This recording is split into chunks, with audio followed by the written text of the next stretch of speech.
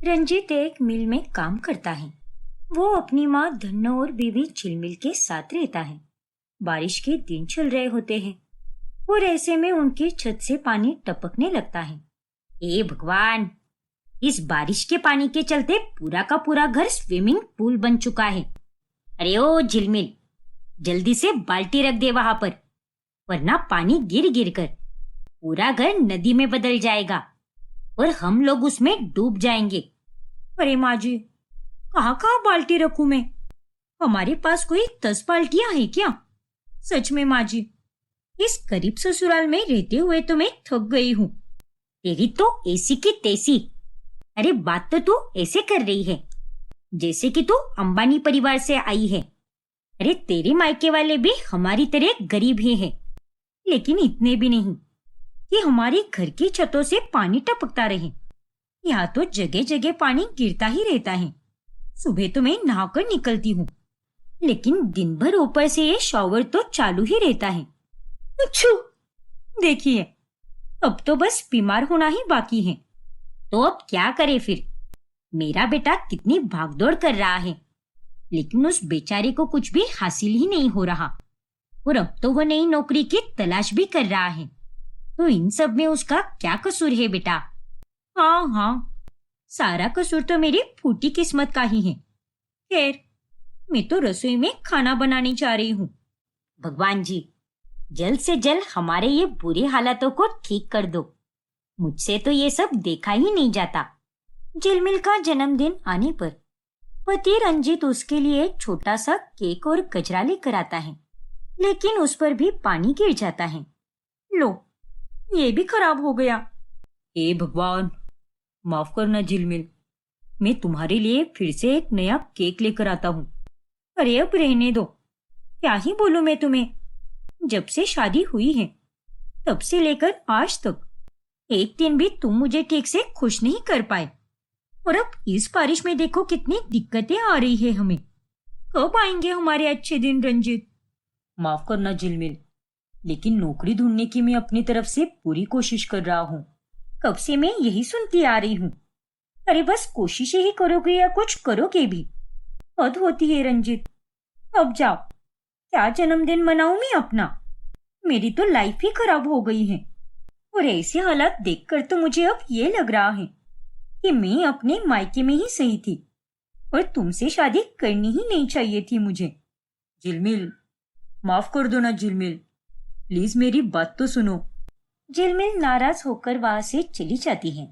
मुझे माफ कर दो झिलमिल, मैं जानता हूँ कि तुम्हारे मुंह से जो कड़वे बोल निकल रहे हैं वो बस गुस्से से निकल रहे हैं, लेकिन तुम्हारा मन मुझसे भी ज्यादा अच्छा है और मैं तुम्हारी नाराजगी भी बिल्कुल समझ सकता हूँ और मुझे उसका कुछ भी बुरा नहीं लग रहा। लेकिन मैं तुमसे वादा करता हूँ कि मैं सब कुछ जल्द से जल्द ठीक करके ही रहूंगा। घर में पानी गिरने के कारण उन लोगों को घर में भी छाता लेकर ही रहना पड़ता है। एक रोज जब सास बाहर से पकौड़ी लाती है, तभी उस पर पानी टपकता है, जिस कारण वो पकोड़े खराब हो जाते हैं। सत्यानाश हो इस बारिश का! आपने ये पकोड़े अकेले के लिए ही लाए थे ना, इसीलिए ये खराब हो गए। और इसीलिए मन में इतना पाप नहीं रखना चाहिए। एक नंबर के कंजूस हो आप माँ जी। अरे गधेड़ी, मैंने तेरे लिए भी लाए थे ये पकोड़े। तेरी तरह मैं इतनी भी पापी नहीं हूँ। लगता है हमारा नसीब ही खराब है। हर कदम पर सब कुछ बिखरा हुआ है। उतने में घर के अंदर मोहल्ले का बकरा घुस आता है। अरे, ये बकरा तो फिर से घुस गया हमारे घर के अंदर। इस बकरे की तो अभी से सबक सिखाती हूँ मैं। फिर दोनों उसे करके बाहर भगाने के लिए डंडा उठा लेती है। अरे नहीं माँ जी, ऐसा मत कीजिए, इसे यहीं पर रहने दीजिए ना। दिमाग खराब हो गया है क्या तेरा? ये नालायक मटन वाला भी ना अपने बकरे को अपने घर पर ठीक से बांधकर नहीं रख सकता क्या? और ये बारिश आई नहीं कि हमारे घर के अंदर चला आता है ये बकरा। और सच कहूं, ये कोई बकरा नहीं है, ये तेरा निकम्मा नालायक स्वर्गवासी ससुर ही है। क्या? ये आप कैसी बातें कर रही हो माँ जी? हाँ, एकदम सही कह रही हूं मैं। तेरा वो बेवड़ा ससुर भी मुझे इसी तरह से परेशान किया करता था, जैसे अब ये बकरा परेशान करता है मुझे। इसीलिए मैं दावे के साथ कह सकती हूँ कि ये उसी का पुनर्जन्म हुआ है। इसीलिए बाकी के बकरे वहीं पर रहते हैं, लेकिन एक यही निकम्मा बकरा हमारे घर के आकर सर दर्द देकर जाता है। क्या माँ जी, आप भी कितनी अजीब सी बातें करती हो। लेकिन माँ जी, इसे मत भगाओ। ये बेचारा बारिश में कहाँ पर जाएगा? ये तो बस एक कोने में आकर बैठ जाता है ना, थोड़ी ना हमारा कोई नुकसान करता है ये। इसलिए प्लीज माँ जी, इसे मत भगाओ ना। अरे तुझे अगर इसकी इतनी ही परवाह है तो इसे लेकर बैठ जा अपनी गोदी में, लेकिन मेरी नजरों से दूर रख इसे। अच्छा ठीक है माँ जी, मैं इसे अपने कमरे में लेकर जाती हूँ। चल मेरे बकरे, टुक टुक टुक। तू भी पागल खाने से ही आई है। सब एक से बढ़कर एक नमूने मिले हैं मुझे। झिलमिल उस बकरे को बिस्किट देती है और वो उसे अपने कमरे में रुकने देती है। इतनी गरीबी के बावजूद भी झिलमिल जीवन में खुशी ढूंढना नहीं छोड़ती। वो अपने टूटे फूटे फोन से इंस्टाग्राम पर रील्स बनाया करती है। ऐसे ही एक रोज छत पर सबसे हो के बेफिक्र मैं नाचू आज छम छम छम छम छम छम छम छम छम छम छम। हाय दया, वो देख, धन्नो की बहू ने तो सारी लाज शर्म बेच खाई है। सरेआम बारिश में छत पर ऐसे अभद्र तरीके से नाच गाना कर रही है ये। सुना है ये सब ये फोन में वो क्या कहते हैं उसे, हाँ, सोशल मीडिया पर डालती रहती है, जहाँ सभी लोग उसके वीडियो को देखते हैं। और धन्नो तो इसे कुछ भी नहीं कहती। गरीबी में छत से पानी टपक टपक कर आधा घर पानी से भर चुका है। इसीलिए ये मोहतरमा छत पर आकर बेशर्मी की तरह ठुमक ठुमक कर नाच रही है। फिर वो दोनों मोहल्ले की औरतें बाद में ये सारी बातें धन्नो को बताती हैं। क्या? अरे तुम्हारी वो बहू बेपरवाह होकर नाचती गाती रहती है, और ये सब देखकर हमारी बहुएं भी वही करेगी ना, और नहीं तो क्या। अरे एक गंदी मछली पूरे तालाब को गंदा कर देती है, और हमारे इलाके में तुम्हारी बहू ही वो गंदी मछली बन चुकी है। तुम लोग होंगे बेशरम, लेकिन हम सब तो एकदम संस्कारी लोग हैं। अरे हमारे यहाँ पर ये फालतू की नौटंकी नहीं चलती, समझे कि नहीं?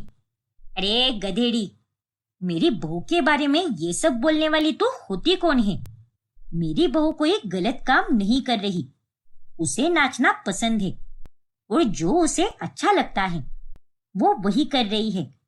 उसमें नाचने की कला है, और एक दिन वो उसमें जरूर आगे जाएगी। अरे कैसी सास हो तुम? अपनी बहू की गलतियों को सुधारने की जगह पर तुम उन पर पर्दा डालकर उनकी तरफदारी क्यों कर रही हो? सच कहूं तो तुम लोगों को मिर्ची लगेगी, लेकिन असल में तुम नालायकों को मेरी बहू से नाचने से दिक्कत नहीं है, बल्कि उससे जलन होती है, जलन। और ये सब आपकी बातों से साफ साफ दिखाई दे रहा है। जलन और हमें? अरे पागल पागल हो गई हो क्या तुम? हमें भला तुम्हारी बहू से क्यों जलन होगी? अरे हमारे पास तो तुम लोगों से भी कई ज्यादा चीजें हैं। तुम लोग कहाँ और हम लोग कहाँ, लेकिन इतना सब होकर भी तुम लोग हम गरीबों से जलते रहते हो। अरे मेरी बहू तो तुम सबकी बहू से भी ज्यादा अच्छी और गुणी है, समझी कि नहीं? मेरी बहू घर के काम से लेकर बाहर के काम सब अच्छे से करती है। घर में इतनी परेशानियों के बावजूद भी वो सब सहन कर लेती है। मुझे किसी चीज की कोई दिक्कत नहीं होने देती वो।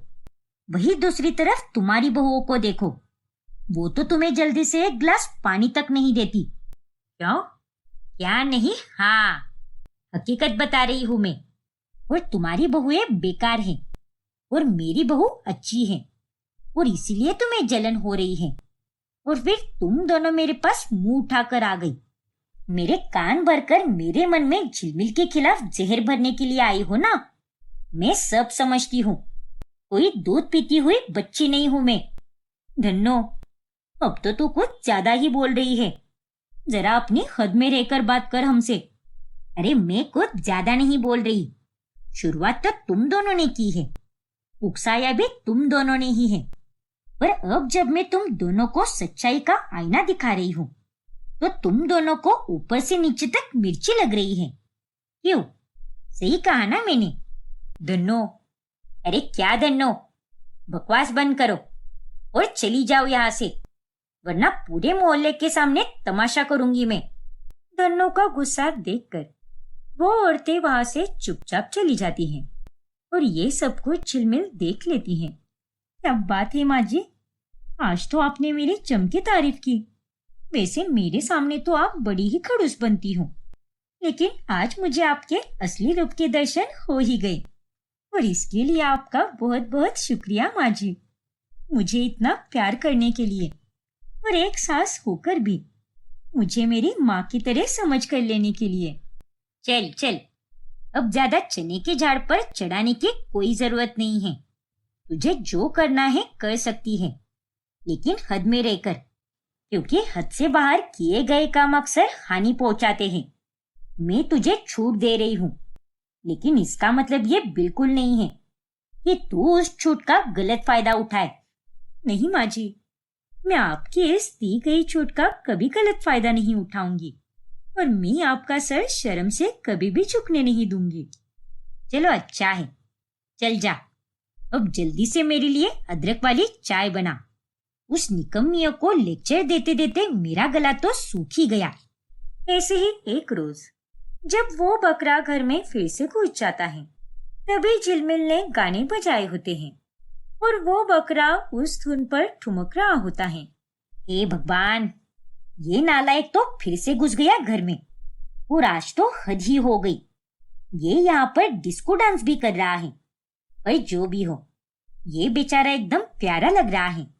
वैसे गाना तो बहुत ही अच्छा बज रहा है और इस पर मैं अपनी जवानी के दिनों में मस्त नाचा भी करती थी। और आज तो यहाँ पर कोई भी नहीं है सिवाय इस बुद्धू से बकरे के। चलो लगे हाथ में भी 2-4 ठुमके मार ही देती हूँ, मजा आ जाएगा।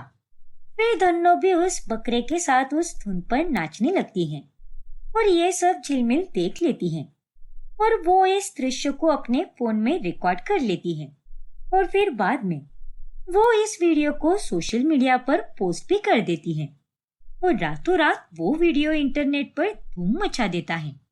क्या तूने चुपके से मेरी और उस बकरे की नाचते हुए वीडियो निकाली और वो वीडियो लाखों लोगों ने देख भी ली?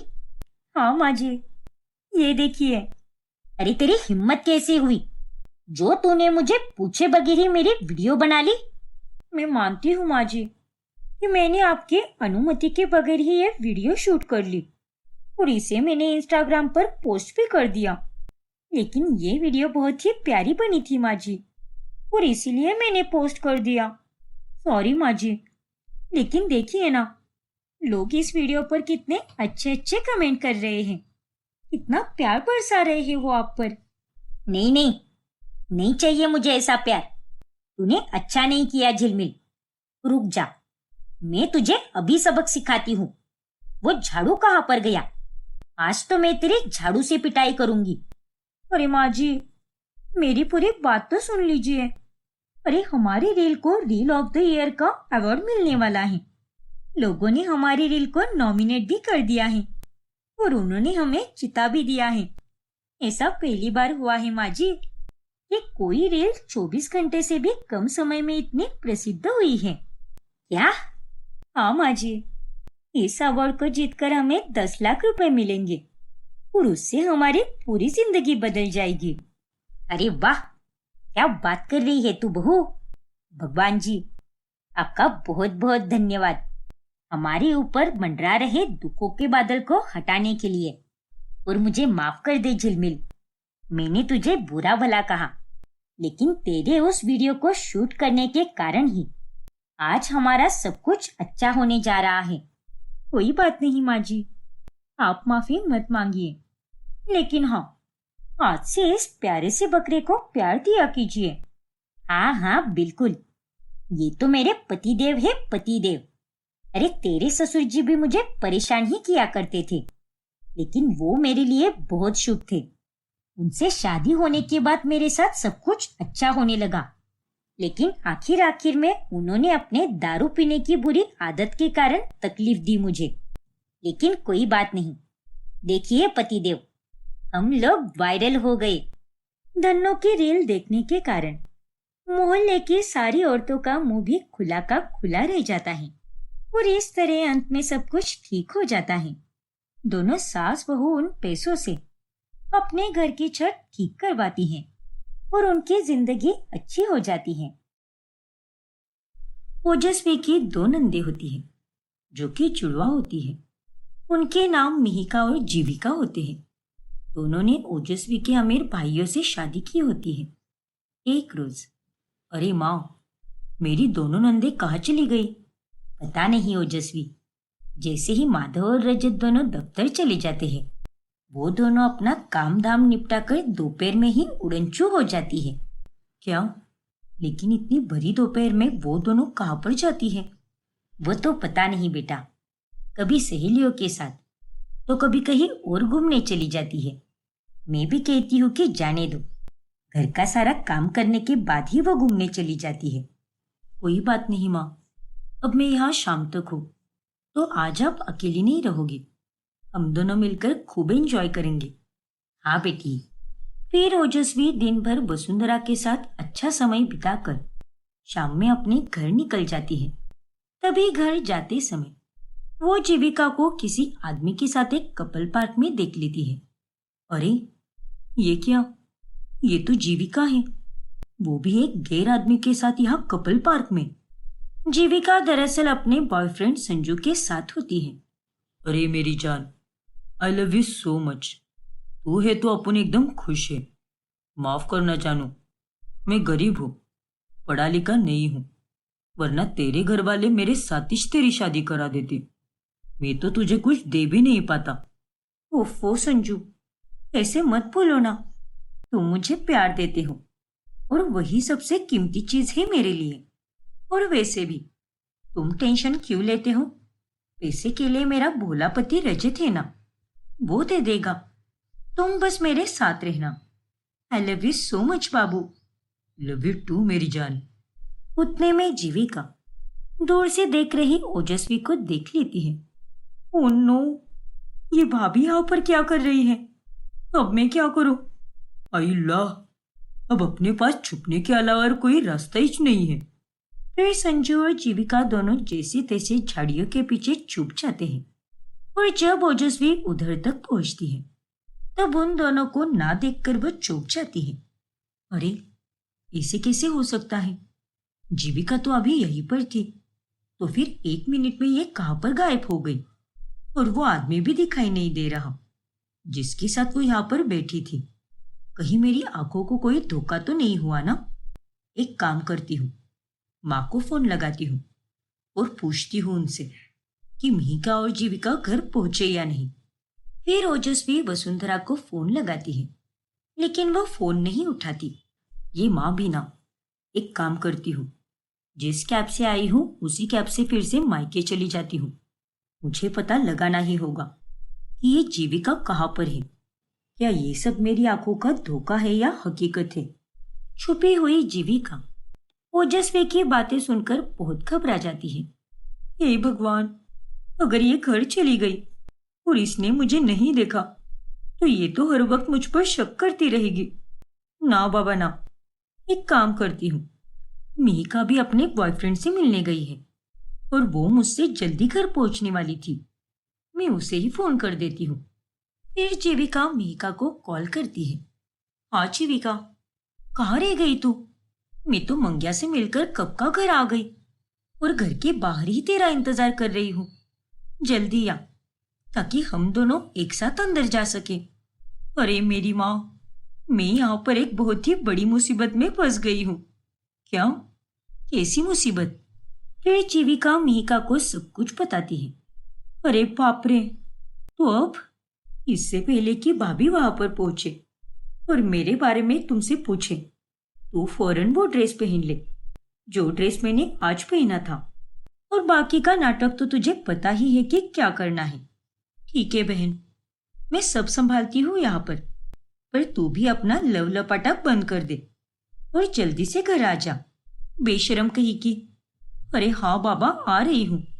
बोल तो ऐसी रही है जैसे कि खुद दूध की धुली हुई है। चल, अब फोन रख। ओजस्वी भी अब घर पहुंचती है और वसुंधरा से मिहिका और जीविका के बारे में पूछती है।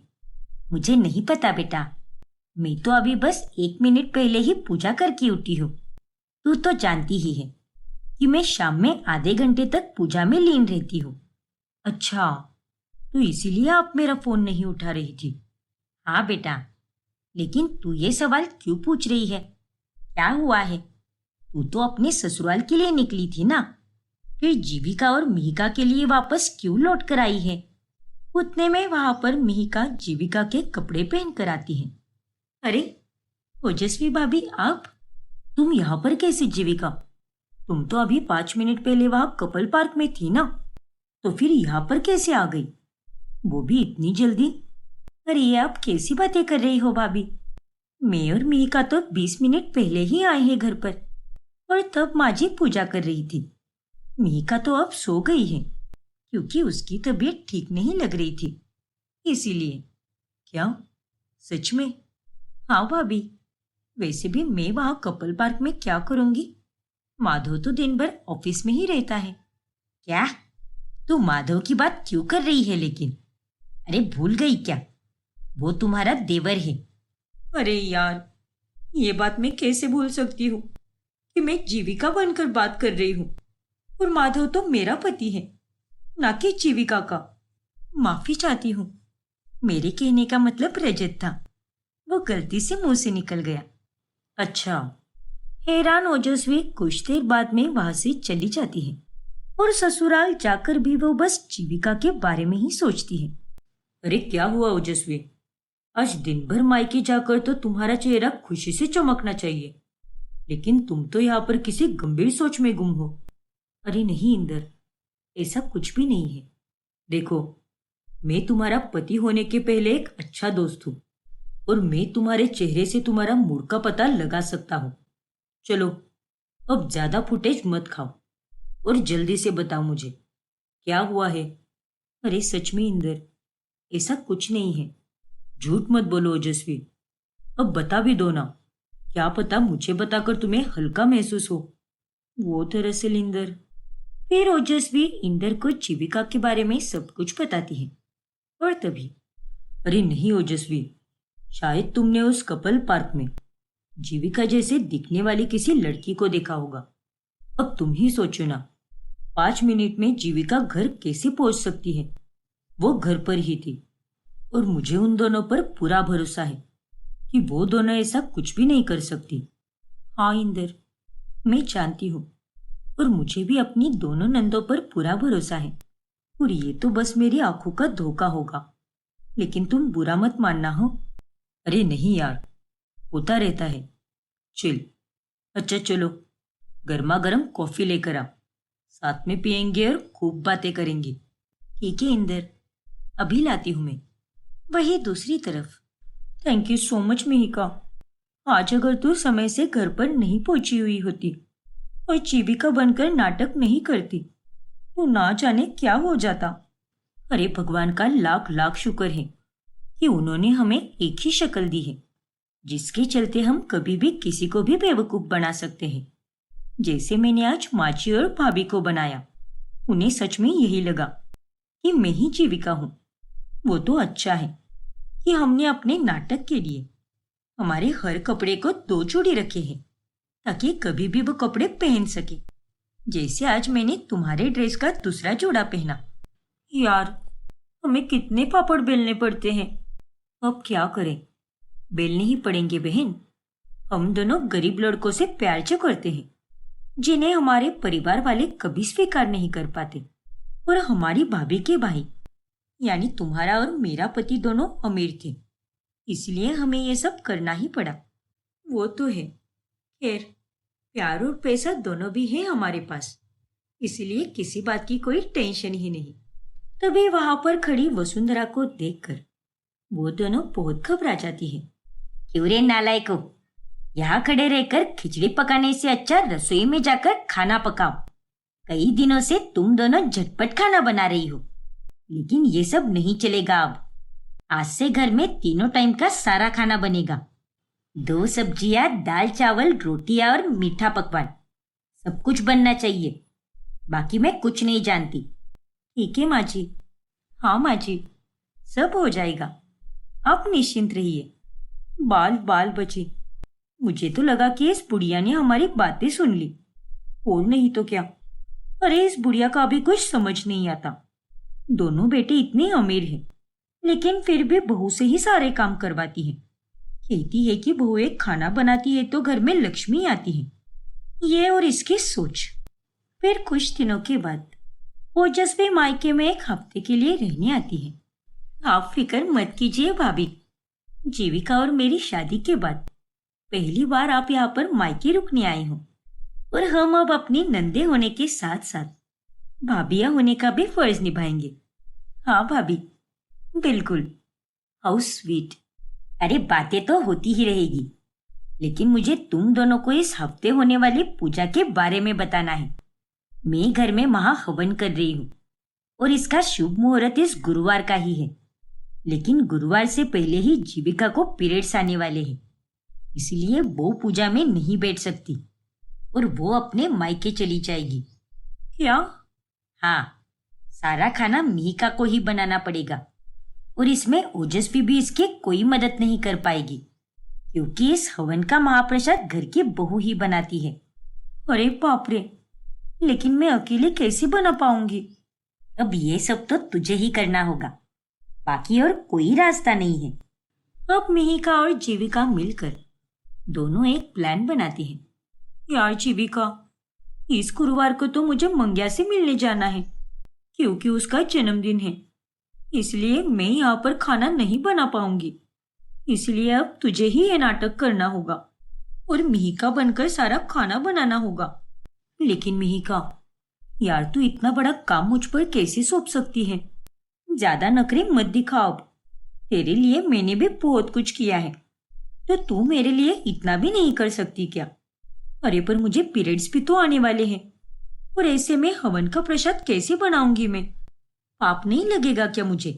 अरे कितनी बड़ी सती सावित्री बन रही है, रोजाना तो कितने पाप करती है तू, वो भूल गई क्या? चल, अब दिमाग खराब मत कर मेरा। तुझे इस गुरुवार को मेरी जगह लेनी होगी, और सारा काम करना होगा। सबको लगेगा कि तू ही मिहिका है, और मैं मायके जाकर जीविका बनूंगी। माँ को भी पता नहीं चलेगा। माँ से कहूंगी कि दिन भर बाहर जा रही हो, और वैसे भी माँ इतना कुछ नहीं पूछने वाली। हे भगवान, ठीक है, अब ये तो करना ही पड़ेगा। लेकिन गुरुवार के एक दिन पहले अचानक से जीविका का पैर फिसल जाता है, और उसे मोच आ जाती है। अरे यार, तुझे भी अपना पैर आज ही तुड़वाना था क्या? सत्यानाश हो तेरा। अरे अब मुझे कोई सपना आया था क्या कि मैं ऐसे गिरने वाली हूँ? लेकिन अब तू कल नाटक नहीं कर पाएगी, क्योंकि तुझे तो चलने भी नहीं आ रहा। माफ कर दे बहन, मैंने कुछ भी जानबूझकर नहीं किया है। जानती हूँ यार, अब ना चाहकर भी मुझे ही कल का सारा खाना बनाना होगा, और अपने मंग्या का जन्मदिन मिस करना होगा। वहां से गुजर रही ओजस्वी उन दोनों की सारी बातचीत सुन लेती है, और वो हैरान रह जाती है। ये दोनों ये कैसी बातें कर रही है, और ये मंग्या कौन है? हो ना हो, जरूर कोई बहुत बड़ी बात है जो ये दोनों हम सबसे छुपा रही है। लेकिन मुझे इस बात का पता तो लगाना ही होगा कि इन हमशक्ल नंदों का राज क्या है। ओजस्वी को अब उन दोनों पर शक हो जाता है, और वो उन दोनों पर कड़ी नजर रखती है। फिर कुछ दिनों के बाद एक रात, देख जीविका, मैं कुछ नहीं जानती। अब मैं आज रात भर मंग्या के साथ बाहर ही रहूंगी। अरे उसके जन्मदिन के अवसर पे भी मैं उसके साथ नहीं थी, लेकिन आज ऐसा नहीं होगा। मैं उसके साथ जाके ही रहूंगी। क्या? हाँ जीविका, वैसे भी तेरा पति आज रात दूसरे शहर निकल रहा है, और तू अकेली ही रहेगी, तो तू मेरी जगह लेकर मेरे कमरे में माधव के साथ सो जाना। अरे बेअक्ल, तुझे पता भी है क्या कि ये सब तू क्या बोल रही है? वो मेरा देवर है, तो मैं उसके साथ कैसे सो सकती हूँ? अरे बेअक्ल, मैं नहीं तू है। मैं तुझे उसके साथ वो सब करने के लिए नहीं कह रही। बस मिहिका बनकर उसके बेड पर सो जाना। एक रात की ही बात है यार। प्लीज जीविका, अब तेरे लिए मैंने कितना सब किया है, तो तुझे मेरे लिए ये सब करना ही पड़ेगा। अच्छा ठीक है, मैं ये नाटक करने के लिए तैयार हूँ। तू बिंदास जा और मंग्या के साथ अच्छे से टाइम स्पेंड कर। फिर रात में मिहिका अपने बॉयफ्रेंड मंग्या को मिलने जाती है और उसी समय जीविका मिहिका बनकर माधव के पास जाती है। अरे जाने मन, आज तो इस नाइटी में तुम बड़ी सुंदर लग रही हो। Thank you Madhav. अच्छा चलो गुड नाइट, आज मैं बहुत थक गई हूँ। ओफो, इतनी भी क्या जल्दी है मेरी जान, जरा पास तो आओ। हे भगवान, ये आदमी तो आज एकदम मूड में है, लेकिन अब मैं क्या करूं? कहीं आज कोई कांड ना हो जाए। पास आओ ना बेबी। माधव जीविका के करीब आ जाता है। उतने में वो चिल्लाकर उसे ढकेल देती है। दूर हो जाइए देवर जी। क्या? देवर जी? जीविका की चिल्लाहट सुनकर वसुंधरा और ओजस्वी भी वहां पर आ जाती है। अरे क्या हुआ? तू इतनी जोर से क्यों चिल्लाई मिहिका? और मिहिका, तुमने मुझे देवर जी क्यों कहा? क्या? जीविका, वो कहाँ पर है? रजत भाई तो दूसरे शहर गए हैं। मैंने अभी आते समय देखा है कि वो कमरा खाली है और वो घर पर भी नहीं है। एक मिनट माँ, अभी दूध का दूध और पानी का पानी हो जाएगा। अपना हाथ दिखाओ जरा। लेकिन क्यों भाभी? क्योंकि मुझे देखना है कि तुम्हारे हाथ पर तिल है या नहीं। मिहिका के हाथ पर तिल है, लेकिन जीविका के नहीं। अरे नहीं, आज तो मैं गई काम से। ओजस्वी अब जीविका का हाथ देखती है जिस पर तिल नहीं होता, और वो देखकर वो हैरान रह जाते हैं। इसका मतलब ये जीविका है, लेकिन तुम मिहिका बनकर इस कमरे में क्यों आई? अरे ऐसा क्या हो गया जो तुझे ये सब करना पड़ा? और मिहिका कहाँ पर है? जल्दी बता। एक काम कर जीविका, अभी के अभी मिहिका को वीडियो कॉल कर। क्या? हाँ, अभी के अभी वीडियो कॉल कर उसे। अब जीविका को ना चाहकर भी मिहिका को वीडियो कॉल करना ही पड़ता है, जिसमें वो और मंग्या दोनों एंजॉय कर रहे होते हैं। और ये देखकर सबके सामने मिहिका का पर्दाफाश हो जाता है। फिर बाद में जब मिहिका घर आती है, तब दोनों बहनों को खूब सुनाया जाता है और वो दोनों अपना सच कबूल करती हैं। हमें माफ कर दीजिए, लेकिन हमें गरीब लड़कों से प्यार था और हमें जीवन में पैसे भी चाहिए थे। इसीलिए हमने भाभी के दोनों भाइयों को अपना निशाना बनाकर उनसे शादी कर ली। हम दोनों हमेशा अपने जुड़वा होने का फायदा उठाते रहे। कभी मैं मिहिका की जगह लेती, तो कभी वो मेरी जगह लेती। और भाभी, आपने उस शाम कपल पार्क में मुझे और मेरे बॉयफ्रेंड को ही देखा था। वो कोई आंखों का धोखा नहीं था। लेकिन मैं आपसे तहे दिल से माफी चाहती हूँ और हम दोनों वादा करते हैं कि आज के बाद हम दोनों अपने बॉयफ्रेंड से कभी नहीं मिलेंगे। हाँ, मैं भी आपसे वादा करती हूँ कि आज के बाद ऐसा कभी नहीं होगा। हमें तुम दोनों की कोई माफी नहीं चाहिए। तुम दोनों अब ना सिर्फ अपने ससुराल के, बल्कि अपने मायके वालों के नजरों से भी गिर चुकी हो। निकल जाओ मेरे घर से। सुना नहीं क्या तुम दोनों ने? दफा हो जाओ, और हमारा अब तुम दोनों से कोई नाता नहीं है। अंत में सच सामने आने पर दोनों को ससुराल से निकाला जाता है और अंत में वो दोनों पछताती रहती है। ये देख माही, ये मेरी भाभी है। तू शादी में तो नहीं आई थी ना, तो अभी देख ले इन्हें। ये ना एकदम परी जैसी सुंदर। और इनको, सच में तेरी भाभी तो एकदम सुंदर है यार। और इनके बाल भी कितने लंबे हैं। काश मेरे बाल भी ऐसे ही होते। बताइए ना भाभी जी, ऐसे बाल पाने के लिए हमें क्या करना होगा? अरे ऐसे बाल तो तुम अगले 7 जन्म लेकर भी नहीं पा सकती, क्योंकि ये तो सिर्फ मेरे ही हो सकते हैं। अरे क्या भाभी आप भी, अब माही इतना पूछ रही है तो बता दीजिए ना। हाँ बहू, अरे जरा हमें भी तो पता चले कि आखिर तेरे इतने लंबे काले और घने बाल आए तो आए कैसे? ऐसा कौन सा जादुई तेल लगाती है तू? अरे ये सब आप लोगों की बस की बात है ही नहीं। आप लोग चाहे कितना भी क्यों ना कर लो, लेकिन आप लोगों के बाल ऐसे की ऐसे ही रहेंगे। एकदम बेकार। इतना कहकर उर्वशी अपने कमरे में चली जाती है। माफ करना रिंकू, लेकिन तेरी भाभी कुछ ज्यादा ही घमंडी है। मैं चलती हूँ। अरे माही, मेरी बात तो सुन। रुक जा माही। पहली दफा तो रिंकू और सुलेखा उर्वशी को कुछ भी नहीं बोलते, लेकिन अब ससुराल में आने पर उर्वशी का घमंड उन्हें दिन ब दिन बढ़ता ही दिखाई देता है। वो घर में कोई काम भी नहीं करती। माँ, भाभी को देखो ना, दिन रात या तो वो अपने फोन में फोटोज और वीडियोज ही खींचती रहती है या फिर अपने बाल ही सेट करती रहती है। अरे इतना नाटक कौन करता है? उन्हें अपने ससुराल के प्रति कोई जिम्मेदारी है कि नहीं? जाने दे बेटा, वो नई नई आई है ना, उसे इन सब कामों की आदत नहीं रहेगी। शायद इसीलिए वो करने से कतरा रही है, लेकिन धीरे धीरे गुजरते समय के साथ वो एक अच्छी बहू जरूर बन जाएगी। देखना तुम। उर्वशी अपने बालों से खूब प्यार करती है और उसे अपने बालों का अहंकार भी बहुत होता है।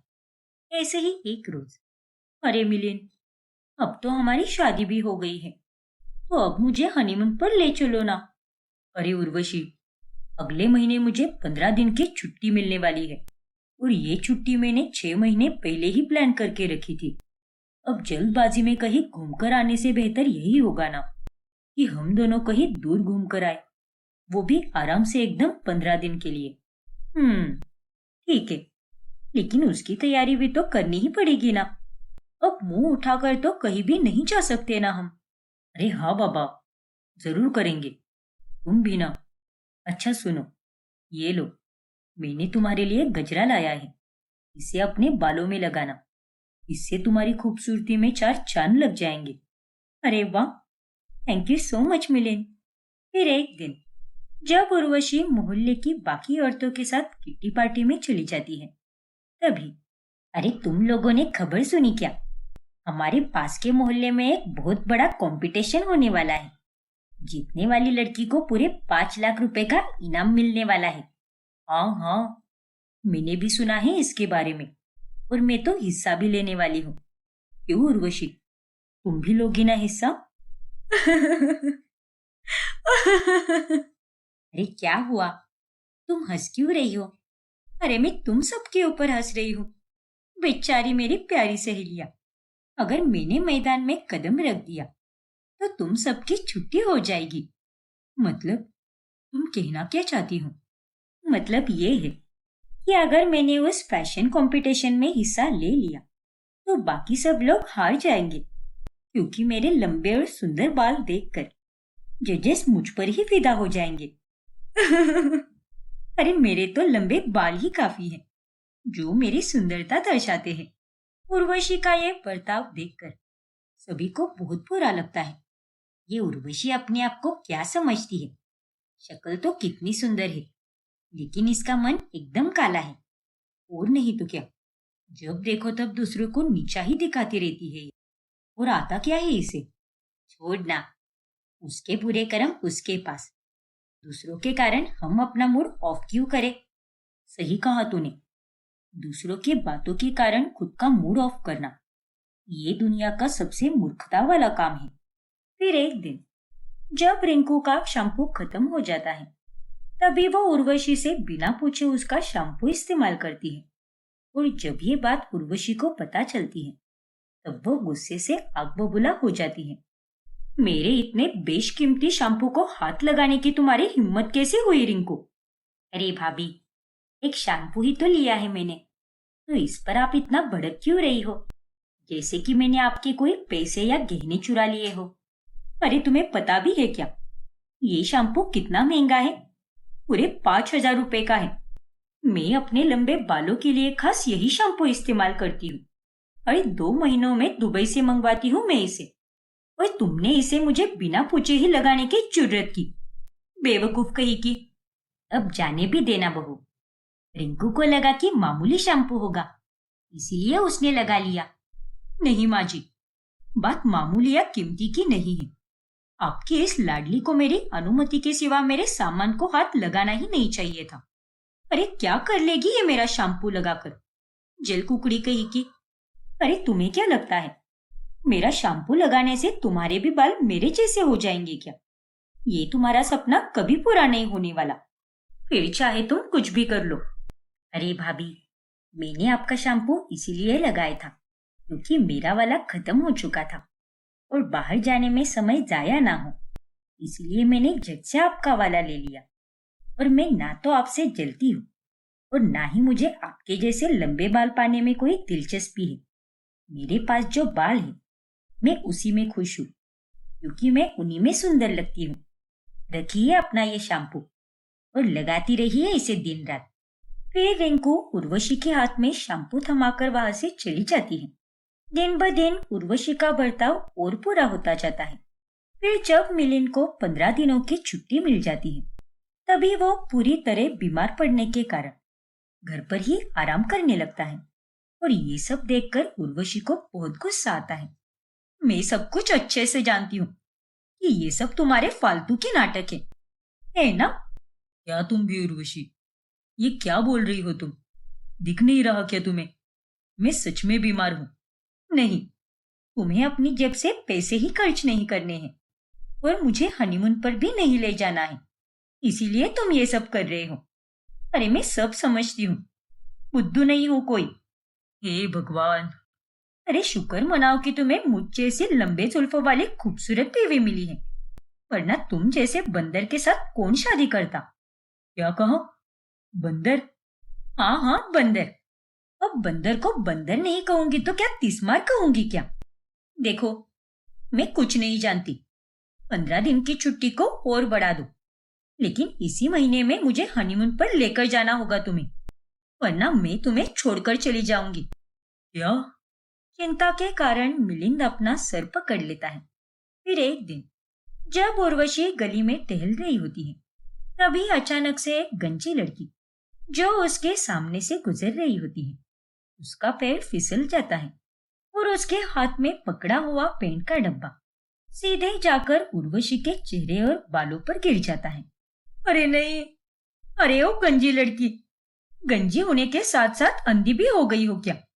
दिखा नहीं क्या तुझे? मैं तेरे सामने से ही आ रही थी। अरे बेटी, इसका पैर इस पत्थर से टकरा गया, इसलिए ये गिर गई।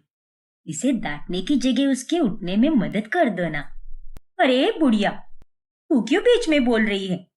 चल निकल यहाँ से, भिखारन कही की।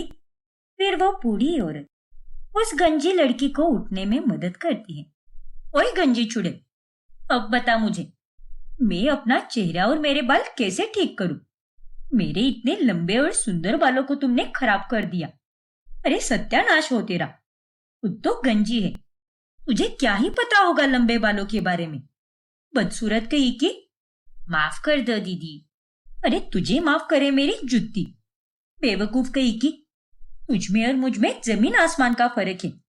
अरे बस, बहुत बोल गई तू। तुझे अपने लंबे बालों पर बहुत घमंड है ना?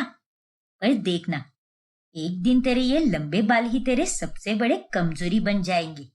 इनके कारण तो किसी को भी मुंह दिखाने लायक नहीं रहेगी। बस देखती जा तू। अरे चल दफा हो जा यहाँ से बुढ़िया। खुद के सर पर तो गिन चुनकर बस 2 ही बाल बचे हैं और बड़ी आई मुझे श्राप देने वाली।